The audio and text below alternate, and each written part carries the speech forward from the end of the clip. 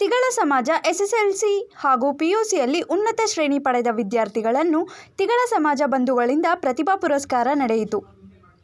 ಸಮಾಜ ಹಿರಿಯ ಮುಖಂಡರುಗಳಿಂದ ಜ್ಯೋತಿ ಬೆಳಗುವ ಮೂಲಕ ಕಾರ್ಯಕ್ರಮಕ್ಕೆ ಚಾಲನೆ ಮಾಡಿದರು.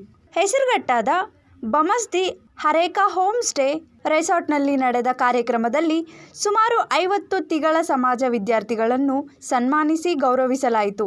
ಈ ಸಂದರ್ಭದಲ್ಲಿ ಅಗ್ನಿವಂಶದ ಹಿರಿಯರಾದ H V. Chandrappa, H V. Hanumantharayappa, H M. Srinivasamurthy, Ramya H S, ISKCON Dodderi, M. Srinivas, ನಿವೃತ್ತ ಆಹಾರ ಇಲಾಖೆ ಎಚ್. ಗಂಗಾಧರ, ನೆಲಮಂಗಲ ಪೌರಾಯುಕ್ತರು, ನರೇಂದ್ರ ಅಧ್ಯಕ್ಷರು, ಜ್ಞಾನ ವೃಕ್ಷ ಸ್ಟಡಿ ಸೆಂಟರ್ ಹೆಸರುಘಟ್ಟ ಗ್ರಾಮ ಪಂಚಾಯಿತಿ ಮಾಜಿ ಅಧ್ಯಕ್ಷರಾದ ಅಶ್ವಥ್ ಮತ್ತು ಆಶಾ ಸುರೇಶ್, ಶ್ರೀಕಂಠಯ್ಯ, ಕೃಷ್ಣಮೂರ್ತಿ ಮುಂತಾದವರು ಉಪಸ್ಥಿತರಿದ್ದರು.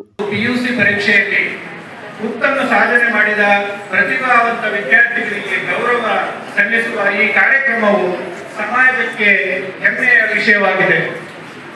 ವಿದ್ಯಾರ್ಥಿಗಳ ಪರಿಶ್ರಮ, ಪೋಷಕರ ಪ್ರೋತ್ಸಾಹ ಮತ್ತು ಶಿಕ್ಷಕರ ಮಾರ್ಗದರ್ಶನದಿಂದ ಈ ಯಶಸ್ಸು ಸಾಧ್ಯವಾಗಿದೆ.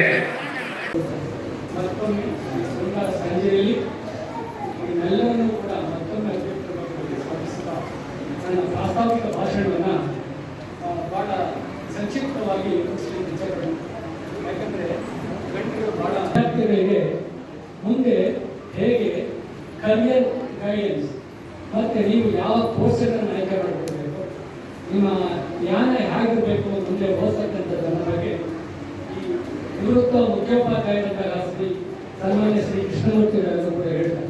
School, you were the dependent child. Now once you enter into the outside world, you have to adopt as an independent functioning adult. ನೀವೇ ಡಿಸಿಷನ್ಗಳು ತಗೋಬೇಕು. ಕಾಲೇಜಲ್ಲಿ ಎಲ್ಲ ನಡೀತಾ ಇರುತ್ತೆ, maybe positive or negative. You people are the decision makers. Yes or no? ಹೌದಾ? Maturity level ನಿಮ್ಮದು school ಲೆವೆಲ್ಗಿನ್ನ ಭಾಳ ಫಾಸ್ಟ್ ಆಗಿ once you go to the college ಬೆಳೆಯುತ್ತೆ. ಮಾಡುವುದು ನಾವು ಬಡತನದಲ್ಲಿ ಹುಟ್ಟಿದ್ದೀವಿ, ಬಡತನದಲ್ಲಿ ನಾವು ಹುಟ್ಟಿ ಮುಂದೆ ಓದಕ್ಕಾಗಲ್ಲ ಅಂತಕ್ಕಂತಹ ಭಾವನೆ ಬೇಡ. ನಿಮ್ಮೆಲ್ಲರಿಗೂ ಆತ್ಮಸ್ಥೈರ್ಯ ತುಂಬತಕ್ಕಂತಹ ಕಾರ್ಯವನ್ನ ಮಾಡ್ತಕ್ಕಂತಹ ಕೆಲಸಕ್ಕಾಗಿ ನಾವೆಲ್ಲ ಸೀಮಿತವಾಗಿದ್ದೀವಿ ಅಂತಕ್ಕಂತಹ ಕಾರ್ಯಕ್ರಮದ ವೇದಿಕೆಯನ್ನ ಅಲಂಕರಿಸಿರ್ತಕ್ಕಂತಹ ನಮ್ಮ ಪುರದ ಯಜಮಾನರು ಮತ್ತೆ ಗಂಡಿಯರು, ನಮ್ಮ ವೆಂಕಟೇಶ್ವರವರು ಮತ್ತೆ ನಮ್ಮ ಅಶ್ವಥಣ್ಣವರು ಎಲ್ಲರಿಗೂ ನಾನು ವಂದಿಸ್ತೇನೆ. ಮೊದಲನೇ ಬಾರಿಗೆ ಆಹಾರ ಇಲಾಖೆ ಸೆರೆಸ್ದಾರಿದ್ದೇನೆ.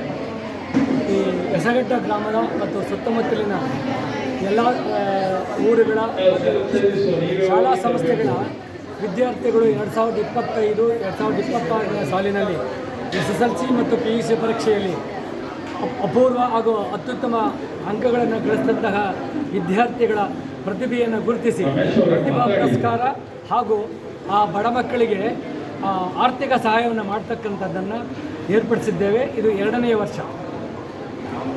ಮತ್ತು ಈ ಒಂದು ನಮ್ಮ ಪ್ರತಿಭಾ ಪುರಸ್ಕಾರದ ಯಾನ ಹೀಗೆ ಮುಂದುವರಿಯುತ್ತೆ.